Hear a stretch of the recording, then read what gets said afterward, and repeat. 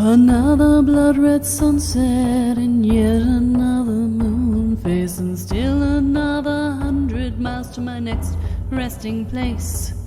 Driving down the road, eyes on the horizon.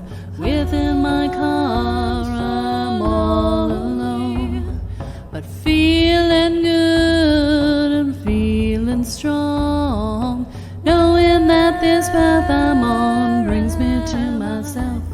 I'm driving. Hey now all, I'm Joey C. Welcome back to another episode of Spirit Sherpa. This is the show that helps and encourages you on your journey to unlock your magic mojo. With me as always is the Spirit Doctor, Kelle Sparta. Hey Kelly. Hey Joey. Interesting episode coming up today. Yeah. Well, I got a request. Yep. This is what happens when you make a request. Kelly, you are the Casey Kasem of the spiritual world. Love that. And I doubt many people are old enough to remember who that is. This is a be careful what you ask for episode. Oh, we love those. We love those. So we're talking about shadow work today. Yes. You probably want a definition. Yeah, of it. please. Can we start with that? I know you by now. You're going to be like, what the hell is shadow work? The reason it's called shadow work is literally looking in the dark spaces inside of you that you don't want to look at. Okay. It's all the stuff that you hide away in the corners and shove down into the basement and, don't really want to look at. And you label with boxes that say accounting avoid. Unless you're an accountant, in which case it's, paints and art supplies exactly. or whatever.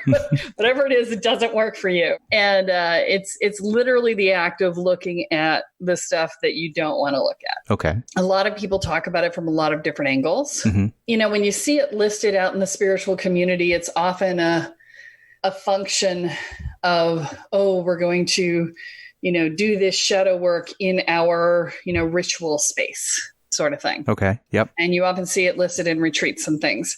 But, it's the core of the work that I do in the world. When it comes down to transformation, you don't transform unless you do shadow work, because that's the stuff that holds you in place. And we've talked loosely about it. We've mentioned the word, but we've never really described it when we talk to things like resistance and stuff like that and getting into shadow work. Yeah. So I was talking with a student of mine recently, and he was having sort of monkey mind screaming at him. Okay. And no matter how quiet he got, it would just be like all over his ass, right? It's just like slamming down on him. And this is one of those things that can indicate a piece of shadow work to be done. Because when you have found a place of stillness and you lose it, okay, up until you find it, it's not necessarily this. But if you find it and then you lose it, it's because your brain had a thought that was going to take you down a path into a shadow piece that you went, oh, hell no, I don't want to look at that. And the rest of your mind complied by going, oh, look over here, look over here, look over here, look over here, ATT hell. Yep. It's like bing, bing, bing, bing, bing, bing, bing, bing, bing, squirrel. And that, if it happens consistently, that is something that you're avoiding looking at. Okay, but how do you shine the light? Right. So that's the hard part, right? So the thing you have to do is you have to meta your awareness such that you are in observer mode in your own mind, and you can then roll back your thought process. So this is going to take a while to do, right? Because you have the thought and then the cascade of crap comes at you and you don't realize you're in it until you're in it a little ways. And then you have to be able to back out of it. And sometimes you've gotten so far in it that you can't back out. So it's going to be a process and you're going to suck at it initially. Just be aware. But as you get better, as you catch it faster and faster, that's the thing. It's that each time you'll catch it a little bit faster. Then you'll catch it just before you do it, and you'll do it anyway because of the momentum we talked about in one of the other episodes, right? Yep. But what you're trying to do is you're trying to roll it back far enough that you can catch the thought that happens before the cascade hits. Because it is the thought that happens before the cascade that is causing the cascade. And that's where the shadow work is. You're effectively going to instant replay so that you could see what you were thinking about just before you went off the rails. Yes. Okay. Exactly. Now, it's not the only way you find shadow work by any stretch of the imagination. I mean, anybody who's done therapy knows that part of therapy is going into the shadows of your life. Right. And so, it's looking at the trauma, it's looking at the angst and the upset, it's looking at things. But for it to be effective, you have to be willing to look at it with new eyes. Right. I've told the story before about my mom and her mother saying, don't let her come in, she'll get blood on the floor. Yeah. And my mom not recognizing her entire life, despite being a nurse later in life, that it was a shock response, not something about her mother disliking her. Right. This is the sort of thing that you have to really look at with new eyes in order for it to shift at all. Yeah. And so, there's places where sometimes we can do that on our own. And sometimes we need somebody else to come in from the outside and go, because, you've had this definition of it for so long in your life that it's gone beyond belief and into assumption. And when you're in assumption, you don't even question it. Right. And so, sometimes you need the ahem moment from someone else to drag it out of assumption and back into belief structure. So shadow work is very much about learning to accept and integrate all the parts of yourself, even the ones that you wish weren't there. So I want to kind of go back just to touch on 2 points that sort of popped into my head here as you've been talking. One was with regards to the work we do while we're doing personal growth therapy work, stuff like that. And in therapy, you have those new eyes in the form of the therapist who you're working with to help sort of guide you down into the shadows to do this work that you need to do. But when you're doing it alone and you have these, as you mentioned, the ADD moments sort of bouncing you all over the place. We've talked about this before with sort of the internal resistance things and trying to keep itself alive. Does this have anything to do with ego stepping in here to sort of make this more difficult to get into the shadows? Oh, yes. Okay. Oh, yes. Who do you think it is that's running the monkey mind? That's what I was wondering. It sounded a lot like ego there. Yeah, it's absolutely the ego running the monkey mind. The ego doesn't want to die. The ego goes, oh, if you have that thought, well, then, everything might change. And no, we can't go down that road because then I might not survive it. Right. I'm getting my Southern on here. Yeah, that was pretty excellent. You got to drink some sweet tea now. You'll be all set. Bless your heart. Not going to happen. But yeah, it's very much about the ego kicking in. And, we're over 80 episodes in, and there's not going to be anything that I haven't talked about at least a little bit. So I'm going to repeat some stuff because we're 80 episodes in and you've probably forgotten by now. So unless you're Joey, who's paid to remember. But, actually, no, but he just does remember. He's young. He can do that shit. But when people go into a shadow process, one of the things that they really try and do is they try and go into a release mode way before they're ready. Okay. Because it's I don't like this. I'm going to throw it away. All right. Here, let me throw it away. If I can throw it away, I don't have to look at it. I can get rid of it. It'll be okay. It's not mine anymore. Goodbye, goodbye, goodbye, goodbye. So release mode is effectively that point where you're letting go of stuff. You're just sort of throwing it away. Actual release mode is letting go of something that you have already processed and integrated into yourself, and you release the angst and the upset about it. And you're like, okay, yeah, I'm done with this now. Okay. And it's a completion. It's a marking of completion of the work being done.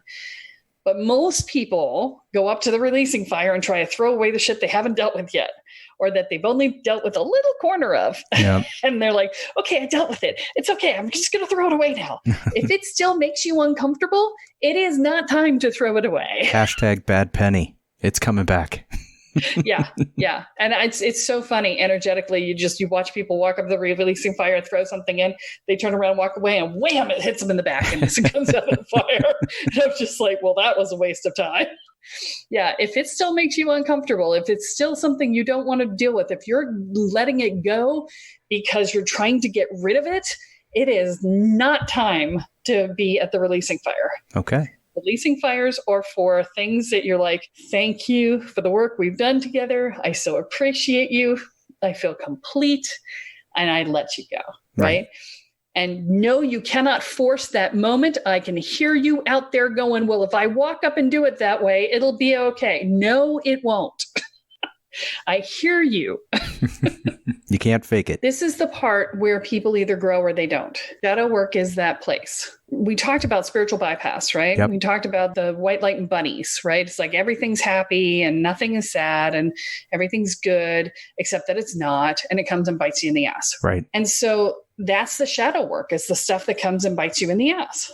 No matter how hard you pretend that you're okay, you're not okay. Right. If you're having to pretend that you're okay, then you're not. And you just need to turn around and look at why you're not. Right. That's the only path out. There is no magic pill. Shadow work is the magic pill. Unfortunately, it's not a pop and drink and you're done. Yeah.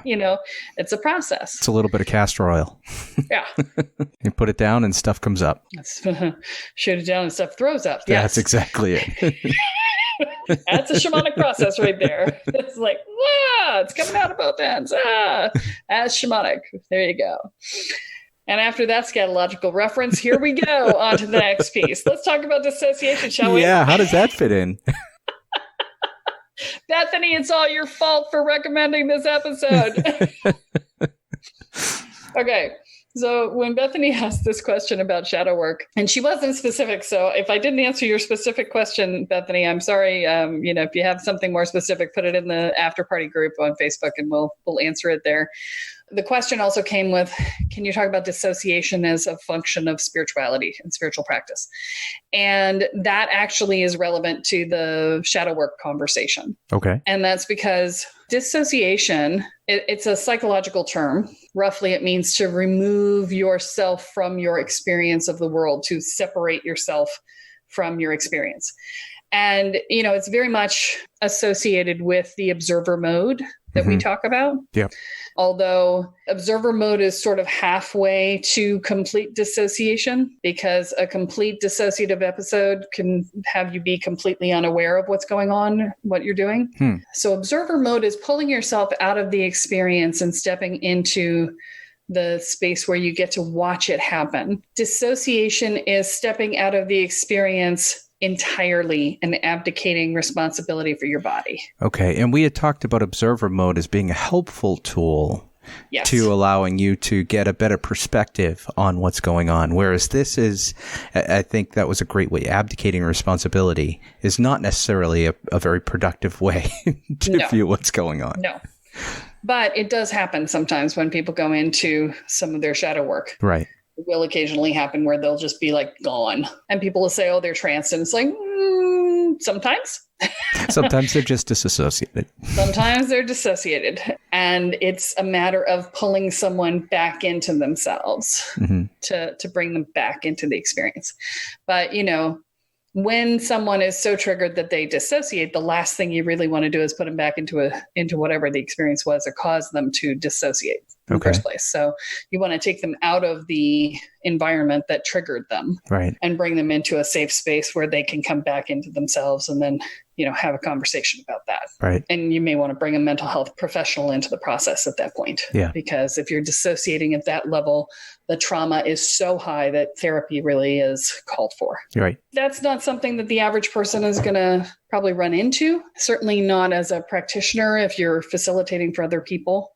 If you are someone who has dissociated in the past and who is likely to dissociate, it would be a really good thing to tell people if you're going into a transformational sort of environment, so that they know that that's possible and they can monitor you to make sure that they don't trigger you at that level, and that they can back off if it looks like it's getting too much. And I got to think that with that sort of blurred zone that exists with transformational coaching and things like that, that you'd step on the occasional landmine, and you have to know every now and again how to keep people safe in that environment. Yeah, it happened a little bit more earlier on in my process than it does now. Okay. Just because, after 25 years of doing it, you start to recognize things. Right. But every now and again, it can happen. Something happens out of the blue, and sometimes it's something that the person themselves didn't even know was there. Right. So, or you uncover something in the process that is from a past life, or, something new, a new piece of information that just sends the person flying. And, you do the best you can with what you have, and you make sure the person gets the support that they need. ultimately in this work, we are on our own journeys. And so what you as an individual can do is start to pay attention. If you're someone who tends to dissociate, the dissociation is a reinforcement of the belief structure that you can't handle what's in front of you. And so if you want to be able to stay present to what's in front of you, then you can do some what's known as mental toughness exercises to reinforce your ability to trust yourself to be able to cope. Mm-hmm. Now, let me be really clear. If you have active trauma, I don't want you doing this. Right. This is not for people with active trauma. Nothing I talk about on this podcast is for people with active trauma. Right. Active trauma, go see a therapist, be kind to yourself, do it slowly. Don't try and do this stuff too. Right. It's hard enough. Yeah. Okay. So if you've got active trauma, this is not what I'm talking about. Right. If you have processed your active trauma with a therapist and you're now working on the residual stuff and you have a habit of dissociating and a story that you're not strong enough, then the mental toughness exercises can really help. Okay. And this is what you've called before the wounded well. The wounded well. Exactly. We're working on things that are difficult. Yeah. We're working on things that are dark and ugly to look at.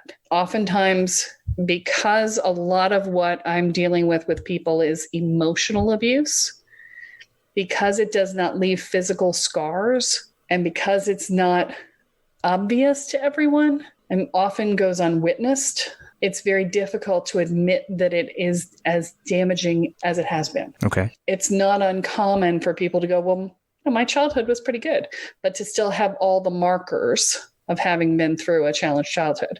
And it's because they were the black sheep, or they had a parent who was unreasonably perfectionistic and you could never please, or they just didn't get noticed at all. And so while nothing was bad, nothing was good, you know?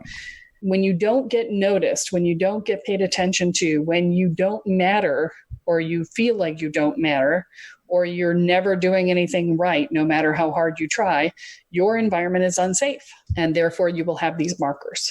And so when you're dealing with stuff at that level, and that's the shadow work in this space, when you're dealing with that stuff, the hardest part initially is just to admit that it was bad, to admit that it had a negative impact, that it was in fact abuse or neglect, and that you have a right, no matter how bad somebody else had it down the street, right, you have a right to feel unhappy about it, to feel sad about it, to feel hurt. You know, however it is that you're feeling, you have a right to your feelings. And so that's really the basic starting point for all of this work, is being able to say, hey, wait a minute, that ain't right. That's not how it was supposed to be. I didn't deserve that. Yeah. That's the beginning point for shadow work when we're dealing with a challenged childhood. It's being able to first admit what happened. And so for those of you out there who are thinking, maybe I'd like to do a little bit of shadow work and just sort of dip my toes in, writing down the experiences from your childhood that caused you to feel unsafe would be a good way to start a little bit of shadow work. So it's sort of a post-journaling kind of thing, recalling those memories. It's about creating clarity about the past, because we have a tendency, especially if our family story is happy family, even when it wasn't. Right. Part of the gaslighting was, oh, we're a happy family. Everybody's happy. It's hard to hold your own story separate from the family unless you really get clear about absolutely everything that wasn't quite right. Yeah. If you have a fear of being vulnerable because every time you said, ow, somebody poked it harder, that's abuse. If you got hurt and nobody was there to kiss your boo-boos and nobody noticed that you were in pain, that's neglect. Now, our parents are not perfect, and they're not required to be perfect. Right. They did the best they could, and it doesn't change what your experience was.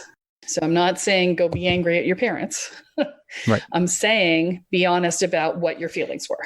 That's a great point, and I'm glad that came up here at this stage of the conversation, because shadow work isn't about assigning blame. No, it's actively counterproductive to assign blame. Exactly. So this is work that's not about figuring out whose fault it was. that you Right. have this work that needs to be done. It's about processing through it. Right. And I think that's key, because a lot of times when people get into that state, they're like, oh, it wasn't my fault. It was my parents' fault, or it was my teacher's fault. They start to assign blame in this space, and that's not what this is intended to be. Yes, and sometimes we have to assign blame to admit that it happened. Okay. It's like rape survivors go through the survivor stage before they go into thrive. Okay. For some people, they can't get fully over the wall in one jump. They have to get up onto the wall and then down on the other side. Right. And so the challenge with abuse patterns or neglect patterns is that we initially assign the blame to ourselves. Okay. And ultimately, that's not incorrect. Ultimately, we are responsible for our own experiences, but not at the level that we're looking at them initially. Right. The inner child going, I must be unlovable. Right. That is not the level at which we are responsible for our experiences. That is an inner child being very sad that they had a bad experience and that they felt unloved. And so initially, sometimes it's helpful to hit the blame button and say, this wasn't me being unlovable. This was my parents being less than adequate. And if you can say it's my parents being less than adequate despite trying as hard as they could, Right. and make allowances for it, then it'll be easier for you to let it go when it's time to go down the other side. But if you can't, fine, just do it on your own and not at them. Yeah. So I want to put a caveat on that too.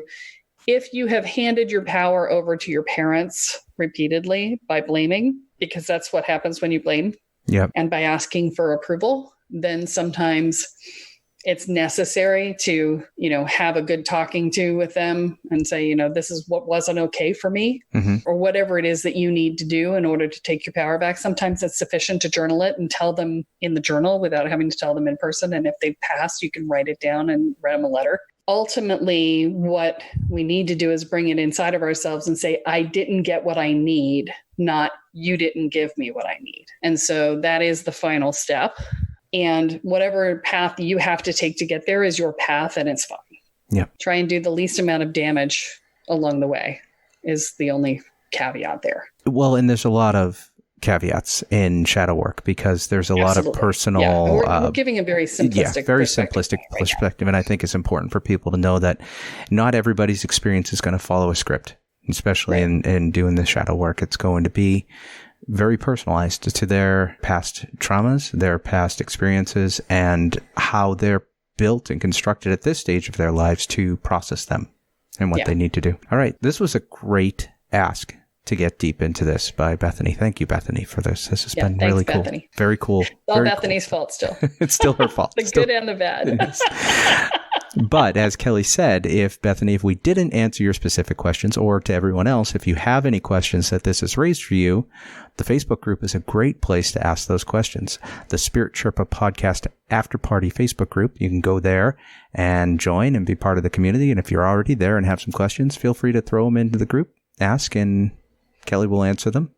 Or who knows, we make it that's a whole nother episode. So we'll see what happens down the line. Other than that, I think this has been a really interesting episode. Is there anything you want to add as we roll to the finish here? Well, if the thought of doing shadow work really appeals to you, we haven't talked about the Mastering Spiritual Evolution program in a while. Great point. It is there and available for you. It is 10 years worth of personal growth work in a single year. Yeah. So it is very efficient. Mm-hmm. And it is a very personalized program. It's high touch. So there's 3 calls a month. There's a secret Facebook group. We max out at like 15 people in a group. Yep. And we've got online content. You get 389 pieces of content right now in the program for the year. And that also includes the Foundations in Energetics program and the Inner Peace 101 program that are listed on the website. Actually, Foundations in Energetics isn't listed. Comes with it. It will be soon. We're launching a new website shortly. If it's something that appeals to you, then sign up for a discovery call. Yeah. The discovery call is free. It gives you a chance to talk about what's going on for you. And, you can get some direction from me and some advice. And if you want to talk about the program, we can talk about that. And I'm happy to answer any questions you have. Excellent. I got to tell you, though, when you said if you're somebody who is interested in doing the shadow work, we haven't talked about, I thought you were going to say we haven't talked about people being masochists in a while, but you said mastering spiritual evolution. So I kind of went off to the side a little bit there, but I think they both work. They both work in that case. That's what I totally expected. Well, we talk about being spiritual masochists. I do have to say one thing, though, because I had one of my students started in October and called me up in like 5 weeks into the program and said, do you have a lot of change that happens? Do people generally have a lot of change? And I was like, yeah, they tend to make some pretty significant shifts in the first 6 weeks, but your mileage could vary. It depends on the person. And I said, why? She said, well, I'm looking at my self-assessment that I filled out at the beginning. And she said, I don't recognize the person who wrote it. Yeah. I don't recognize them. I don't know who they are. I feel like I exaggerated and I know I didn't. And it's like, well, yeah. That's part of it. That's what integrating the work can do. And that's just 5 weeks in. Yeah. So imagine what a year is going to look like. Yeah. So that's super cool. Yeah. It's one of those things. If you're ready for big change, might be the right fit for you. If you're not ready for big change, it's definitely not the right fit for you. All right. So there's another thing you could do, folks. Sign up for Discovery Call, talk to Kelle, and see if there's a place for you to fit, including that Mastering Spiritual Evolution program that we've talked about a couple times. Well, that's all that we have for this week, but be sure to join us next time as Kelle adds another chapter into your guide to energy, magic, and the spirit world. I'm Joey C., here with Kelle Sparta, and you have been listening to Spirit Sherpa. So long, everyone. Each while I travel over 13,000 now, I'll leave behind a little fear. Spirit Sherpa is the sole property of Kelle Sparta Enterprises and is distributed under Creative Commons BY-NC-ND 4.0 license. For more information about this licensing, please go to creativecommons.org. Any requests for deviations to this licensing should be sent to KELLE@KELLESPARTA.com. That's Kelly@KelleSparta.com. To sign up or to get more information on the programs, offerings, and services referenced in this episode, please go to KelleSparta.com. This episode of Spirit Sherpa has been produced by Honu Voice Productions.